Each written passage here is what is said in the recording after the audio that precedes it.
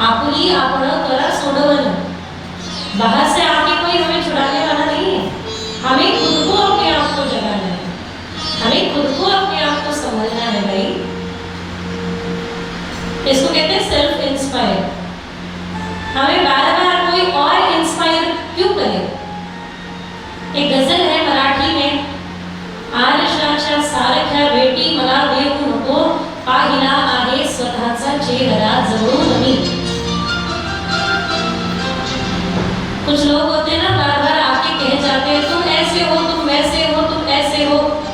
तो मैं उनको कह दो कि बार बार खुद को आईने में क्या देखते हो, खुद एक आईना बन जाओ कि लोग आप में खुद को देखें कि मेरा जीवन ऐसा हो, मेरा जीवन इस प्रकार से संभला हो, मेरा जीवन इस प्रकार से सुधरा हो, मेरा जीवन स्वतंत्र हो। सत्य सत्य कहूं तो अपने जीवन की स्वतंत्रता, अपने जीवन की बद्धता ये हमारे हाथ में है। चलो, हे सूत जी महाराज, आप जो मानव उत्थान के सत्र चलाते हो, देखो मानव उत्थान का सत्र तो ज्ञान से होगा। जब तक हम श्रवण नहीं करेंगे, मनन नहीं करेंगे, निधिध्यास तदाचरण नहीं करेंगे, तब तक मानव उत्थान क्या संभव है?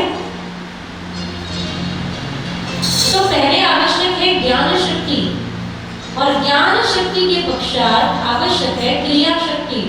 इसे अप्लाई करो भाई। भारत देश में कई सारे लोग बहुत पीछे हैं। क्यों पीछे? पता है, उनके पास प्लानिंग बहुत अच्छे है।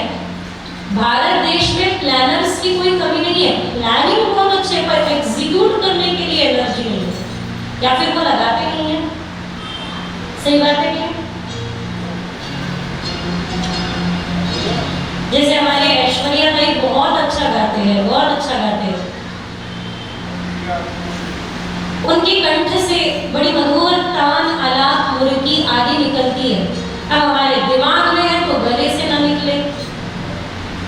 दिमाग में है, आप कोई भी राग पूछ लो, कुछ गुनगुना दो, मैं बता दूंगी ये किस राग का है, इतना तो दिमाग में है, पर गले से उतारने का टाइम आता है तो फिर राधे राधे। बस वही तो है, प्लानिंग हमारे पास बहुत सारी है, पर उसे अप्लाई कैसे करें, उसे क्रिया शक्ति में कन्वर्ट कैसे करें? शिव पुराण सिखाएगी। आप कहोगे ये सिखाएगी? अच्छा, एक कथा, हम तो कथा को ऐसे देखते थे भाई, कथा सुन लो और तर जाओ, कथा सुन लो बेड़ा पार हो जाओ, कथा सुन लो माथा शिव जी के आगे रख दो, बस हो गया था। मैंने लिए राज संत तुकडोजी महाराज कहते हैं इसका इतना सस्ता काम नहीं है भाई। हाथ जोड़ और पैर पड़ने से मिले वो सस्ता ज्ञान नहीं, उसको चाहिए आज्ञा पालन जिसके बिना आराम नहीं। गुरु कृपा नहीं पड़ी सड़क पर मेरा मैं जानूं, बीज न बोए जाते खड़क पर मेरा मैं जानूं।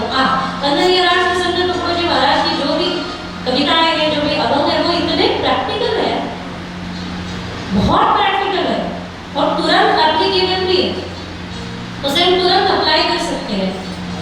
कि इतना सस्ता ज्ञान है कि आप 10 बार हाथ पैर पढ़ लो, मिल गया आपका ज्ञान।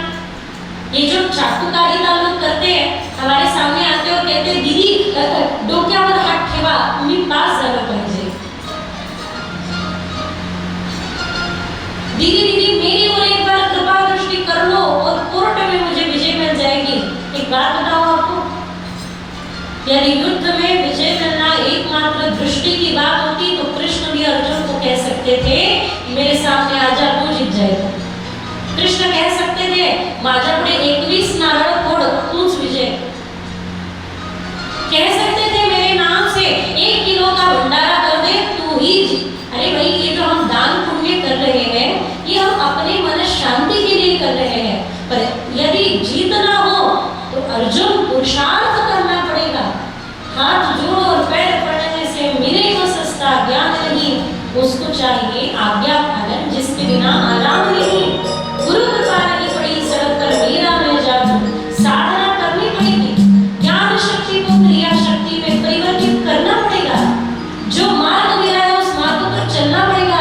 दवाई पास रखने से बीमारी ठीक होने वाली नहीं है भाई, दवाई तो लेना पड़ेगा। इतना तो पुरुषार्थ करना ही